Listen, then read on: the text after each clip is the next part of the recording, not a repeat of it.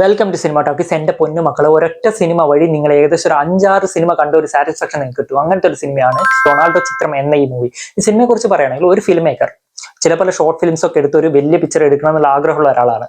So അയാൾക്ക് അങ്ങനത്തെ ഒരു ചാൻസ് കിട്ടുകയും അയാൾ എടുക്കുന്ന ഒരു സിനിമയുടെ കഥ, അവിടെ നിന്നാണ് ഈ സിനിമയുടെ സ്റ്റോറി സ്റ്റാർട്ട് ആവുന്നത്. ഈ സിനിമയുടെ കംപ്ലീറ്റ് കോൺസെപ്റ്റ് എന്താണെന്ന് വെച്ചാൽ ലവ് ആൻഡ് റിവെഞ്ച് എന്നുള്ള ഒരു കോൺസെപ്റ്റ് ബേസ് ചെയ്താണ് ഈ സിനിമ മൂവ് ചെയ്യുന്നത്.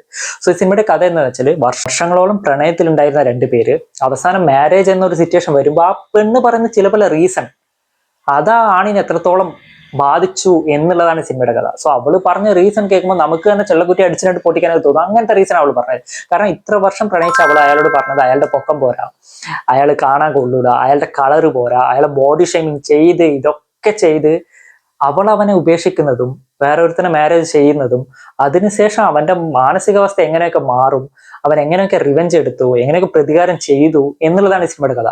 സോ ഇതിൽ 2-3 ട്വിസ്റ്റ് ഉണ്ട്. ഏകദേശം ഞാൻ ഷോക്കായ ട്വിസ്റ്റ് ആയിരുന്നു. അതൊക്കെ ഭയങ്കരമായിട്ട് ആ പെണ്ണിനിട്ട് ഒരു 8ന്റെ പണി തന്നെ അവൻ കൊടുത്തിട്ടാണ് അവൻ പോയത്. സോ ഒരു നല്ലൊരു അടിപൊളി സിനിമ ആയിട്ട് എനിക്ക് തോന്നി. ഇതിൽ മെയിൻ ആയിട്ട് എനിക്ക് ഹീറോ ആയിട്ട് തോന്നിയ ഒരു ക്യാരക്ടറാണ് ഇന്ദ്രൻസിന്റെ ക്യാരക്ടർ.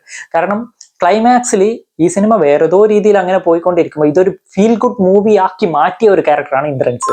ഒരു അടിപൊളി സംഭവം, അതും ഒരു ട്വിസ്റ്റ് ആയിട്ടാണ് എനിക്ക് തോന്നുന്നത്. ഒരു അടിപൊളി സംഭവം, നല്ലൊരു ക്ലൈമാക്സും കൊടുത്തിട്ട് തീർത്ത ഒരു സിനിമയാണ് ഒരു റൊണാൾഡോ ചിത്രം. എന്തായാലും ഈ സിനിമ അമേസോൺ പ്രൈമിൽ അവൈലബിൾ ആണ്. നിങ്ങൾ ഈ സിനിമ കണ്ടിട്ടില്ലെങ്കിൽ ദയവ് ചെയ്ത് കണ്ടിട്ട് നിങ്ങളുടെ അഭിപ്രായം കമന്റ്സ് പറയാം. ആൾറെഡി നിങ്ങൾ ഈ സിനിമ കണ്ടെങ്കിൽ നിങ്ങളുടെ അഭിപ്രായം കമന്റ്സിൽ പറയാം. എന്തായാലും മറ്റൊരു വീഡിയോയിൽ കാണാം.